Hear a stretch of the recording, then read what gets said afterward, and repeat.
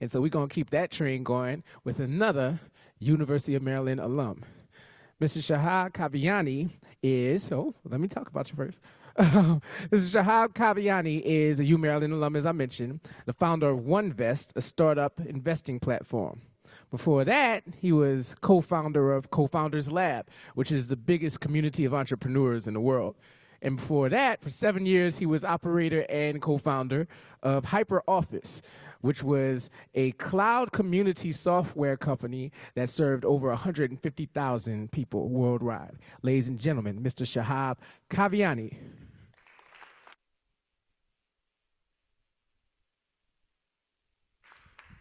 Fearless ideas, innovation, startups. We're at the University of Maryland. I never thought that when I was studying here that entrepreneurship would catch on like wildfire. And it's not just here, it's all around the world. In fact, according to the Kauffman Foundation, about 56% of the entrepreneurs, or 56% of people in millennials want to become entrepreneurs. Let me see by show of hands about how many people would like to be part of a startup in the audience. Great, and this is our credo, right? Be the solution. This is actually came from the Behavioral and Social Sciences College. And we want to be part of the solution. As Steve Jobs says, we want to make a dent in the universe. That's all great, and we're trying to be encouraged here today. But what does it really take to start a company? Now, you can be an individual contributor. You can do research. There's all sorts of ways to be part of innovation. But today we're going to talk about starting a company.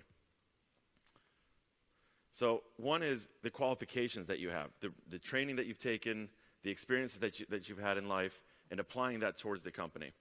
Then it's about the business. The business is it a market that's huge? Is it growing? One that can return profits back to the investors. And then you have the environment. The environment is the market, your competitors. A lot of those you really don't have control over.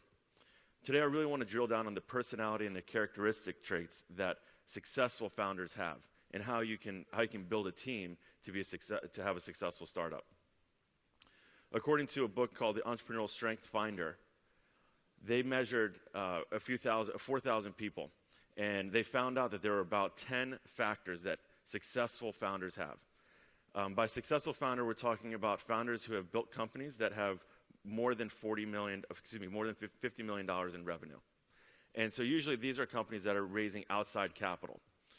Now those founders, they found that as 1 in 1,000 have possessed all of the traits, all 10 traits. It's like trying to find a unicorn, right? So what do? You might be one of the 1,000 people that has it. But if you're not, like the rest of us, then what do? You go and find a business partner. These are the 10 factors that, according to the Entrepreneurial Strength Finder, that you need to have to be a successful founder or a co-founder. So a knowledge seeker, a promoter who can promote your business and spread your ideas, a relationship builder who can recruit talent and bring investors in, bring partners on to work with you, a risk taker who regardless of people who are telling you that you're crazy, it's never going to work, it's never been done, putting that to the side and leaping for it, a creative thinker, and a delegator, knowing what your strengths are and what your weaknesses are, and bringing the right people onto the bus and make sure they're all in the right seats. Now, you can develop these over time, as Austin said. You can develop these skills. But why not pick out what you're really strong at and then team up with someone who can really build your company with you?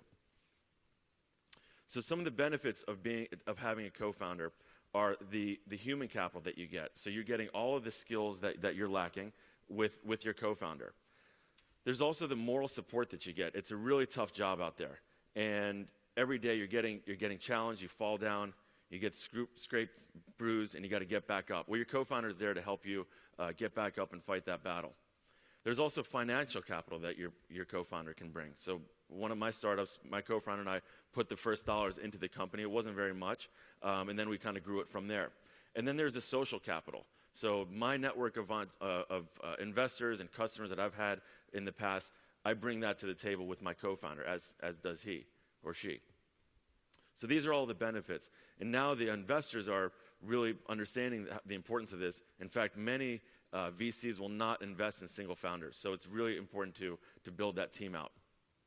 There's ways to find other entrepreneurs. The community that we built at CoFoundersLab is only one of them.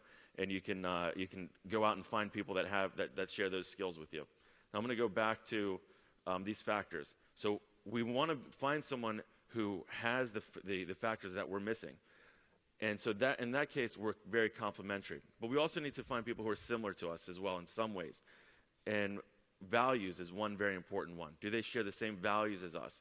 Do they share the same goals as us? So you want to be very, very thoughtful about going through that decision. Why? Because if you look at all of the reasons why startups fail, the biggest reason is founder-related issues. There's an author of the Founders Dilemma, gentleman's name is Dr. Noam Wasserman from Harvard University, who did years of research and concluded that that is the biggest single factor. So I encourage you to dream big, identify your strengths, find the best business partner, and be fearless and go conquer your dreams. Thank you very much.